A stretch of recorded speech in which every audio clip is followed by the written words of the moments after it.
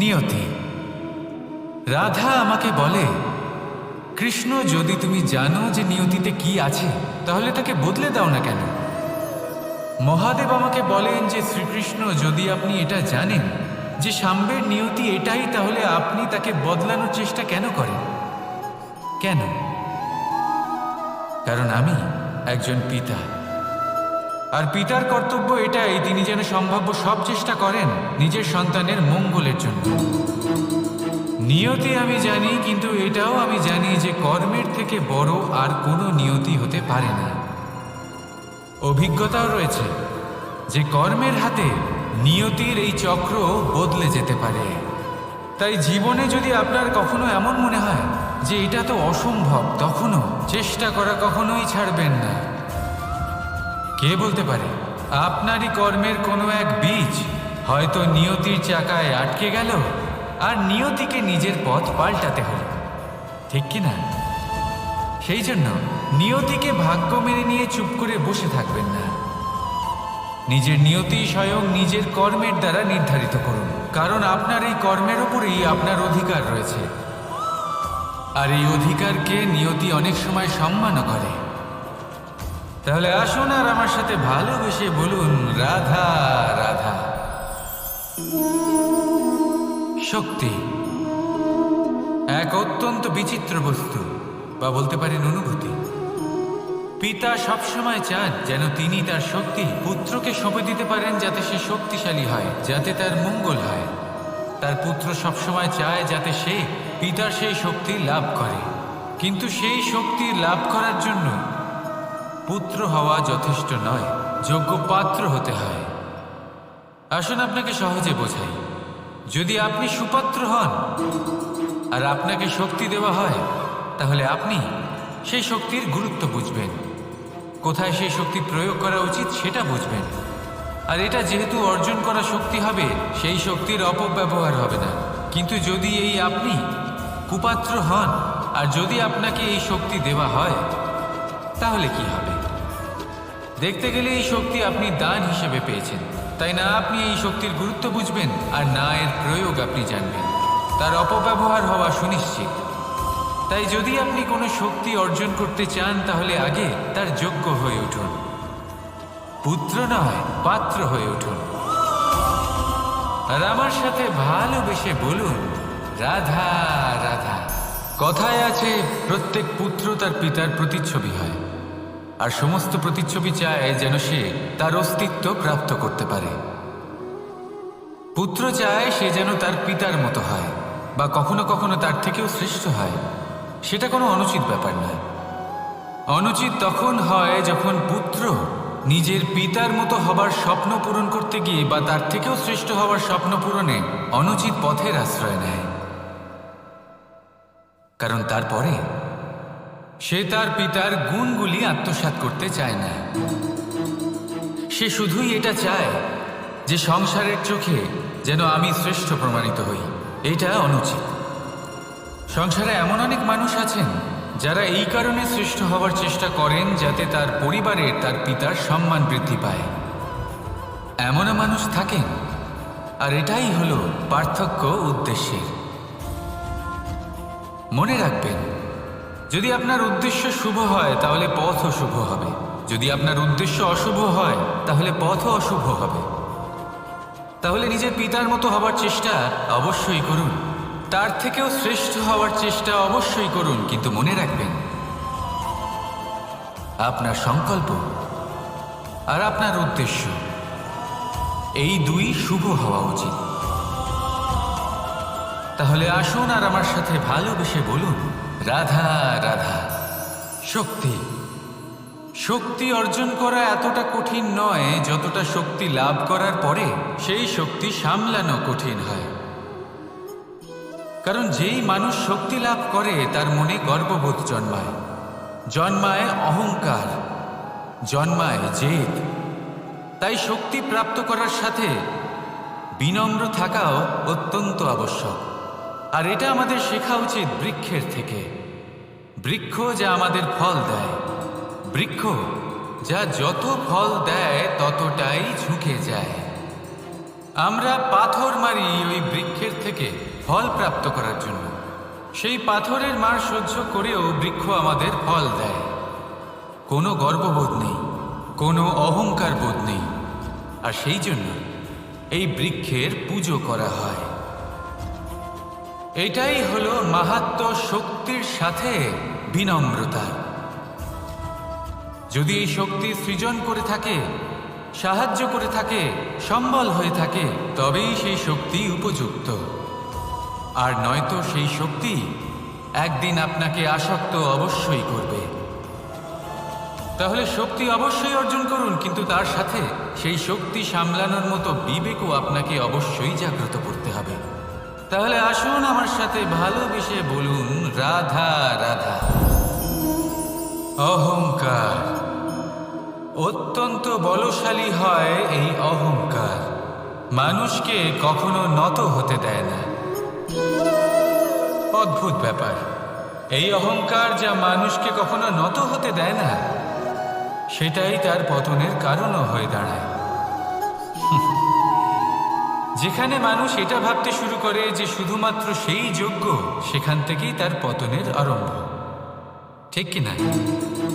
দেখুন, যদি কোনো মানুষ এটা ভাবে যে আমি সব কিছু করতে পারি, তাহলে তা হলো বিশ্বাস। কিন্তু যদি সে এটা ভাবতে থাকে যে শুধুমাত্র আমি এই কাজ করতে পারি, তাহলে তা হলো সেই ব্যক্তির অহংকার। আর এটা আপনাকে বিনাশের দিকে অবশ্যই নিয়ে যাবে। মনে রাখবেন, যখন আমি আর শুধুমাত্র এই দুই এক হয়ে যায়, সেখান থেকে আপনার পতনের সূত্রপাত হবেই। তাই আপনি কখনোই এই অহংকারের চক্রব্যূহে ফেঁসে যাবেন না।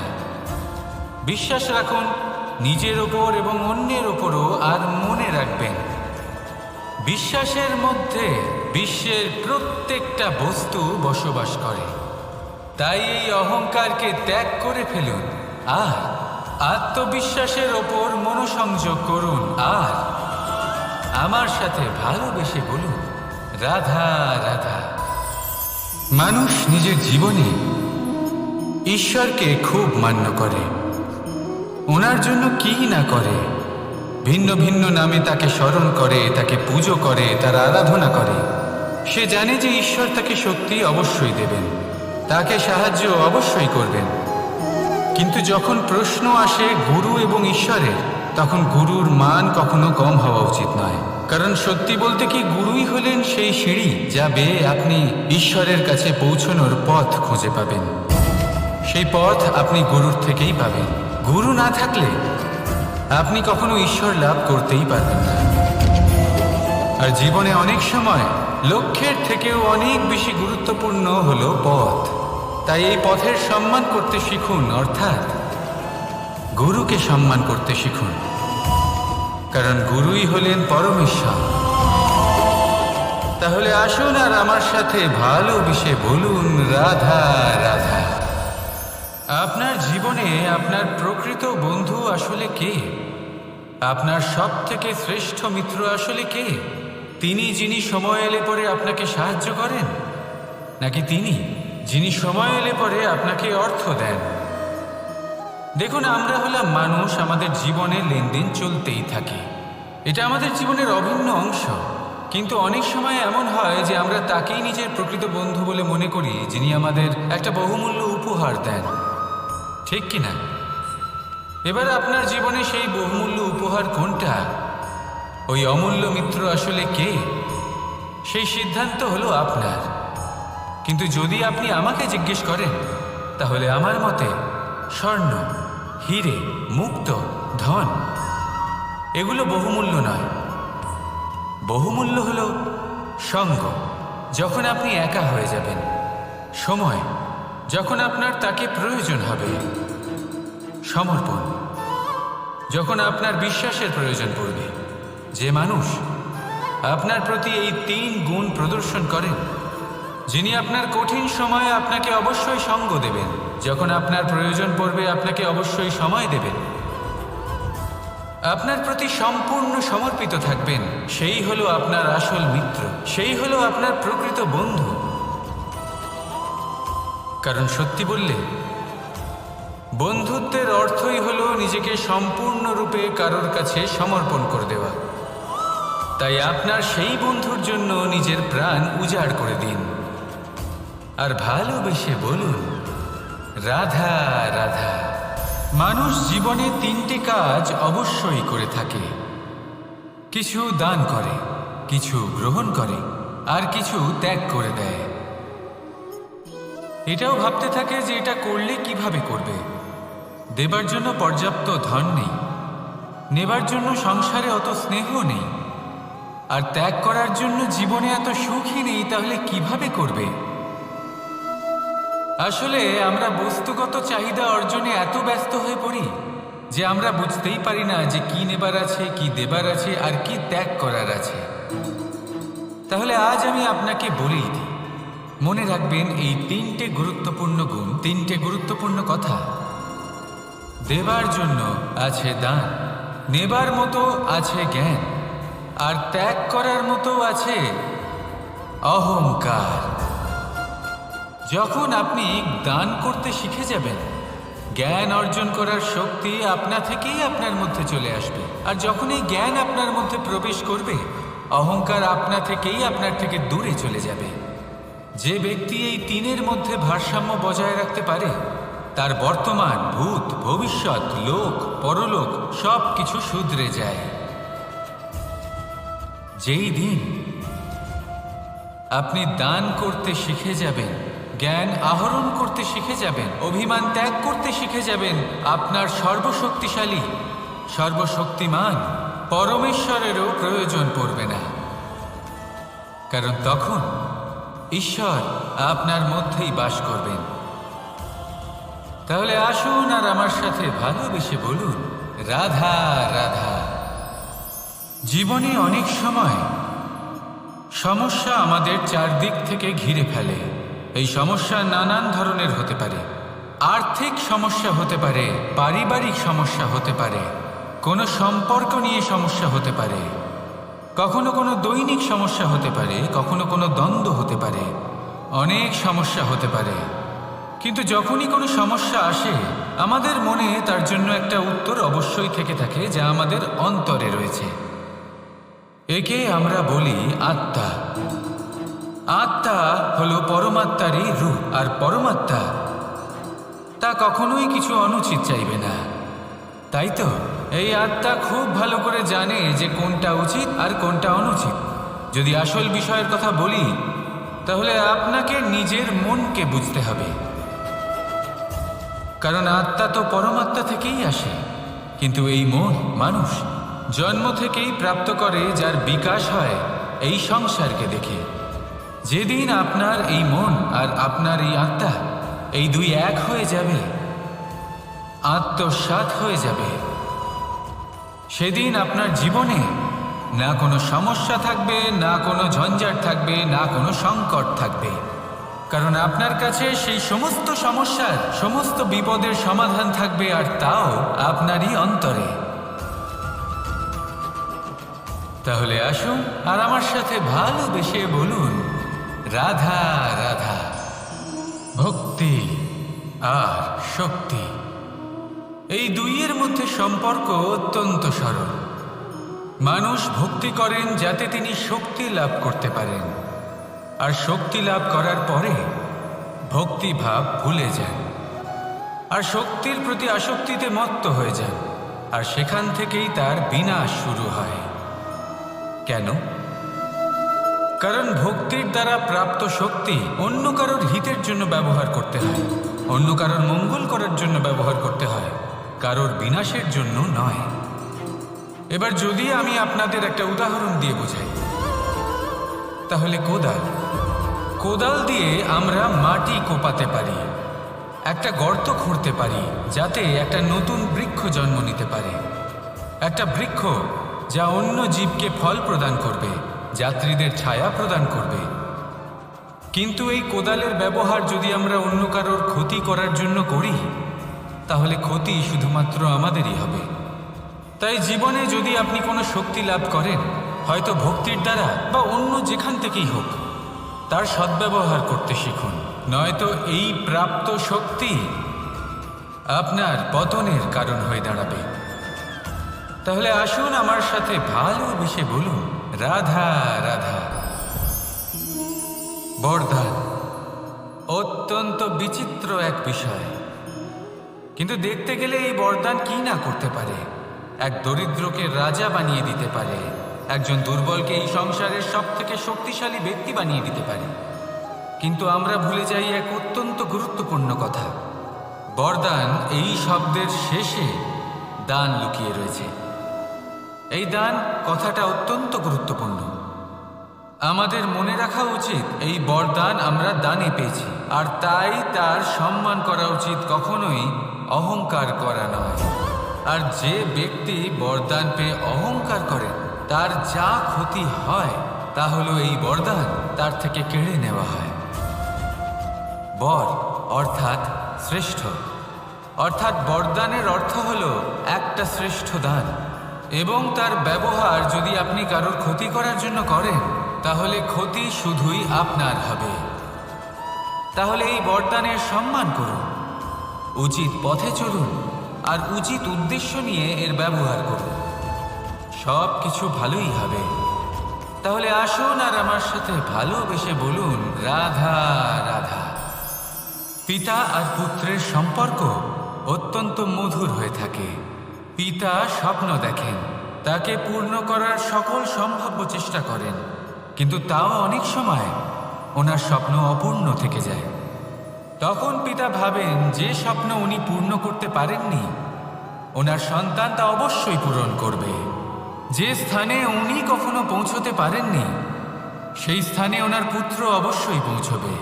পিতা নিজের সন্তানের ভবিষ্যৎ নিয়ে সেই স্বপ্ন দেখেন, আর যখন সেই সন্তান সামনে এগোতে থাকে তখন তার দুঃখ হয় না, বরং গর্ব হয়। ওনার ভালো লাগে এটা দেখে যে ওনার সন্তান অনেক উন্নতি করছে।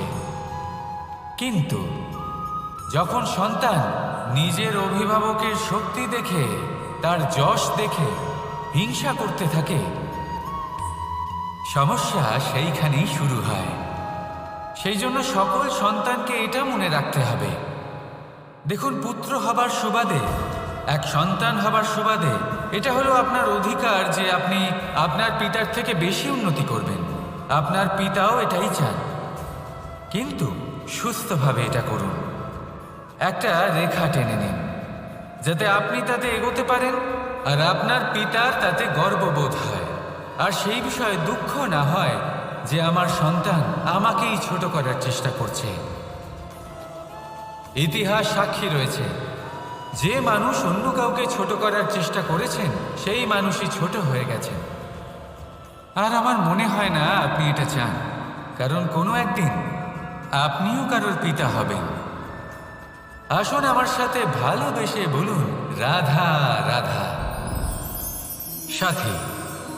সাথী এই শব্দটির ব্যাখ্যা কে কিভাবে করে? মিত্র, সখা, বন্ধু, কিন্তু অর্থ একটাই। তিনি যিনি আপনার সঙ্গী হন আর তিনি যার সাথী আপনি হন। এবার সব থেকে বড় প্রশ্ন হলো এটাই যে তিনি কে হতে পারেন যাকে আপনি আপনার সাথী বলে মেনে নিতে পারেন, নিজের সখা, নিজের মিত্র, নিজের বন্ধু মেনে নিতে পারেন। আপনার সাথী হলেন তিনি যিনি দুঃখের সময় আপনার পাশে থাকবেন, আপনার হাত ধরে থাকবেন। আপনার সাথী হলেন তিনি যার হাত আপনি নিজের সুখের দিনে ধরে থাকবেন। সেই সাথীরই হাত ধরুন যিনি দুঃখে সবসময় আপনাকে সাহায্য করার জন্য তৎপর হয়ে থাকেন, আপনার পাশে থাকেন, আর যাকে সুখের দিনে আপনি আপনার সাথে রাখতে পারেন। আর যখন আপনার সাথে আপনার এই সাথী থাকবে তখন আপনি এটা বুঝবেন যে যখন জীবনে দুঃখ আসে তখন এই দুঃখ কমে যায়, সবার মধ্যে ভাগ হয়ে যায়। আর যদি তখন সুখ আসে তাহলে সেটা সবার উপস্থিতিতে আরো বেড়ে যায়। এটাই হলো প্রেম, এটাই হলো ভালোবাসা, এটাই হলো সঙ্গ, যেমন সম্পর্ক আমার আর রাধার মাঝে। তাহলে আসুন আর আমার সাথে ভালোবেসে বলুন, রাধা রাধা। আমাদের মনে যখন কোনো প্রশ্ন ওঠে, কোনো দ্বন্দ্ব জাগে, তখন আমরা যাই আমাদের গুরুর কাছে, আমাদের আরাধ্যের কাছে গিয়ে জিজ্ঞেস করি। এইভাবেই একদিন আমি পৌঁছলাম আমার আরাধ্যের কাছে, আমার মহাদেবের কাছে, আর ওনাকে প্রশ্ন করলাম যে মহাদেব, জীবনে আনন্দ পাওয়ার, উৎসব পালনের, প্রেম ভাগ করে নেবার, জীবনকে উপভোগ করে নেওয়ার সর্বশ্রেষ্ঠ সময় কোনটা? মহাদেব হাসলেন আর উনি বললেন, জীবনে উৎসব পালনের সব থেকে শ্রেষ্ঠ দিন হল মৃত্যুর ঠিক আগের দিনটা। প্রেম ভাগ করে নেওয়ার সব থেকে শ্রেষ্ঠ মুহূর্ত হল মৃত্যুর ঠিক আগের মুহূর্ত। জীবনকে উপভোগ করে নেওয়ার সর্বশ্রেষ্ঠ প্রহর হল মৃত্যুর এক প্রহর পূর্বে। তখন আমি চমকে গেলাম। আমি বললাম, কিন্তু মহাদেব, মৃত্যু তো অনিশ্চিত, আমরা জানিও না কবে আমাদের মৃত্যু হবে।